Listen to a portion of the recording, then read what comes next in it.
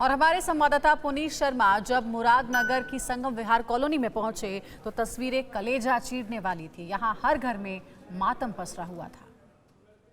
इस वक्त हम मुरादनगर के संगम विहार कॉलोनी में खड़े हैं। ये कॉलोनी अब मौत की कॉलोनी बन चुकी है। इसी कॉलोनी से 7 लोगों की मौत मुरादनगर में छत गिरने के हादसे में हुई है। कुल 25 लोगों की मौत हुई है। लेकिन सुबह सुबह का मंजर आपको दिखाना चाहेंगे। यहाँ पर आप देखिए कि किस तरीके से लोगों की, परिवार वालों की, रिश्तेदारों की, मोहल्ले वालों की भीड़ लगी। और इससे अलग जो सबसे हृदय विदारक दृश्य है वो मैं आपको दिखाना चाहूँगा कि घर के बाहर किस तरह से ये लाशें पड़ी हुई हैं। थोड़े थोड़े दूरी पर, कदमों पर लाशें पड़ी हुई हैं। ये ओमकार की लाश है जो उनके घर के बाहर है। और उनके घर में आप देखिए कि किस तरीके से मातम पसरा है। ओमकार के 2 बच्चे थे, एक बेटा एक बेटी।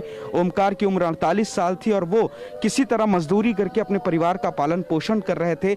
लेकिन जब वो अंतिम संस्कार में शामिल होने के लिए गए, अपने पड़ोसी का दुख दर्द बांटने के लिए गए, तो वो दुख दर्द इनके घर में भी चला आया। इस हादसे में ओमकार की दर्दनाक मृत्यु हो गई है।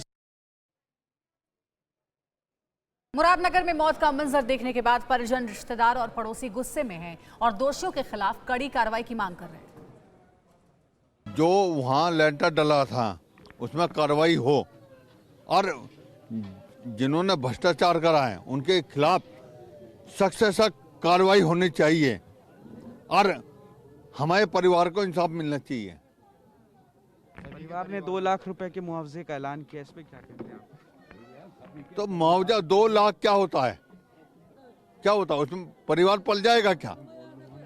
मेरा मानना यह है कि परिवार के सभी को नौकरी सरकार को देनी चाहिए जिससे कि उनका परिवार पल सके। हादसे का जिम्मेदार किसको मानते हैं आप? हादसे का जिम्मेदार प्रशासन को, योगी आदित्यनाथ को, जिन्होंने ये बनवाया है, उनके अंडर में जो काम कर रहे हैं उन सभी को। तो वहीं मुरादनगर हादसे में ओमकार नाम के एक मजदूर की जान चली गई। मजदूर के परिवार ने प्रशासन से मदद की गुहार लगाई है। बच्चों का पालन पोषण कौन करेगा? कौन इनके परिवार की रोजी रोटी चलाएगा? कौन इन बच्चों को बड़ा करेगा? इस वक्त हमारे साथ बंटी के रिश्तेदार, उनके कजन भाई मौजूद हैं। क्या नाम है और क्या इस पूरे हादसे पे कहना चाहते हैं? सर, मेरा नाम संजय है और इस हादसे में मैं सिर्फ यही कहना चाहता हूँ कि जब गवर्नमेंट किसी भी कॉन्ट्रैक्टर को कोई भी टेंडर देती है तो कम से कम उसको ये देख के तो देना चाहिए कि वो काम अच्छी तरीके से कर रहा है नहीं कर रहा है। करता कोई और है और भरता हम सब है। इस तरह की कंडीशन से सर ऐसा थोड़ी ना चल सकता है कि हाँ हम करें, ये करें और हम भर रहे हैं। उनका पूरा का पूरा जिम्मा हमारे ऊपर आता है। तो इससे कोई फ़ायदा नहीं हो रहा है गवर्नमेंट का। जो गवर्नमेंट कर रही है वो गलत है कि टेंडर दे तो अच्छी तरीके से दे, देख के कि कैसे क्या किया जाए। फिक्र आपकी, सोमवार से शुक्रवार रात 9 बजे सिर्फ TV9 भारतवर्ष पर।